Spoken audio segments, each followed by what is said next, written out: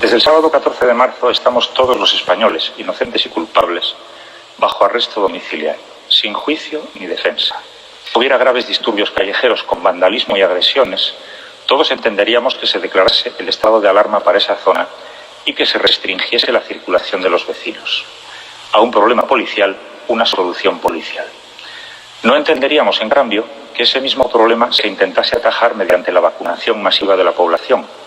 Nos quedaríamos perplejos si eso pasase. Sin embargo, nos encontramos frente a un problema sanitario para el que, junto a medidas sanitarias, que serán o no las adecuadas, nos han metido en el mismo saco, como si tal cosa, medidas policiales severísimas sin justificación sanitaria alguna. Y lo que me deja perplejo es que la mayoría no solo las acepta, sino que las aplaude de modo absolutamente acrítico. Veamos. Un silogismo es una secuencia lógica en la que de dos premisas, llamada mayor y menor, se obtiene una conclusión. En el caso presente, el Real Decreto del estado de alarma establece como premisa mayor que tenemos que atajar la expansión de un virus que se propaga directamente a 1,5 metros de distancia del infectado por la saliva e indirectamente por el contacto con fómites, es decir, objetos contaminados por el infectado y tocados posteriormente por el sujeto susceptible. De esta premisa mayor, el Real Decreto llega a la conclusión de que los ciudadanos no podemos pasear ni correr por la vía pública, ni siquiera solos. Igualmente, tampoco podemos viajar en coche con las personas con las que compartimos la casa y hasta la cama, aunque sí podemos viajar en taxi. Pues va a ser que yo no tengo las luces suficientes, porque me falta la premisa menor, es decir, esa que lleva de la premisa mayor a la conclusión. Si alguien la conoce, por favor que me ilustre.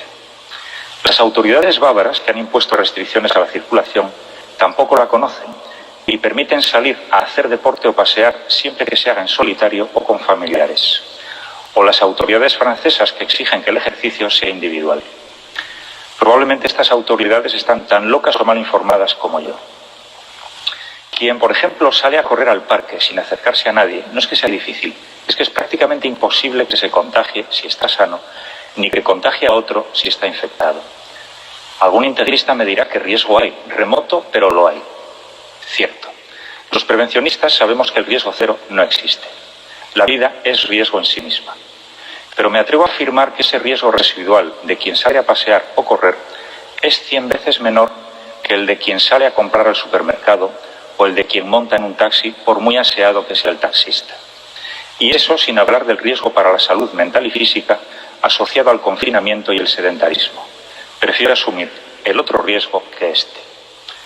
Resulta patético ver cómo a una chica que corría por un parque la detienen con una violencia que solo se justificaría si fuese un asesino múltiple armado. O cómo multan a un abuelo que saca al nieto a tomar el sol, o a dos horribles criminales que fueron sorprendidos nada menos que nadando en una playa solitaria o paseando en bici de madrugada. Y en todos los casos la chusma abucheando e incluso insultando a los delincuentes. Los presos vigilando la cárcel con más celo que los propios carceleros. Si no sentimos náuseas al ver estos bochornosos espectáculos, es que estamos intoxicados. Intoxicados de miedo y de ignorancia. Intoxicados de propaganda. Si el autor intelectual de este desatino fuera Joseph Goebbels, el ministro de propaganda de Hitler, se frotaría las manos de satisfacción. Dice el coronel Pedro Baños, experto en inteligencia militar, que si no nos damos cuenta de que nos están lavando el cerebro, es que ya lo han conseguido. Y vaya si lo han conseguido. Debemos reflexionar seriamente sobre las restricciones de derechos que estamos dispuestos a aceptar bajo cualquier pretexto. Y repito, no digo que la epidemia no sea un problema grave. Digo que las medidas policiales draconianas que se nos han impuesto carecen de justificación sanitaria. Y si no somos capaces de verlo, mañana, bajo cualquier otra excusa, real o ficticia, volverán a restringirnos los más elementales derechos. Y tragaremos porque ya estaremos insensibilizados y no sabremos reaccionar. Mis últimas palabras son para los agentes de la autoridad a los que, en expresión castiza, les ha tocado bailar con la más fea.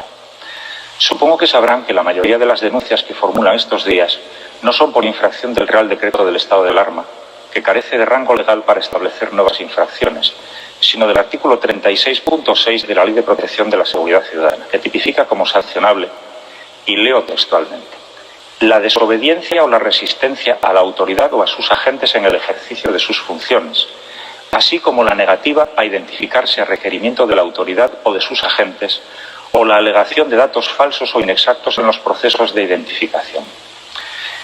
Dicho en Román Paladín, si ustedes, por poner un ejemplo, paran a un corredor, le ordenan que se vaya para su casa, que es lo que deben hacer, y se va, no ha cometido la infracción antedicha.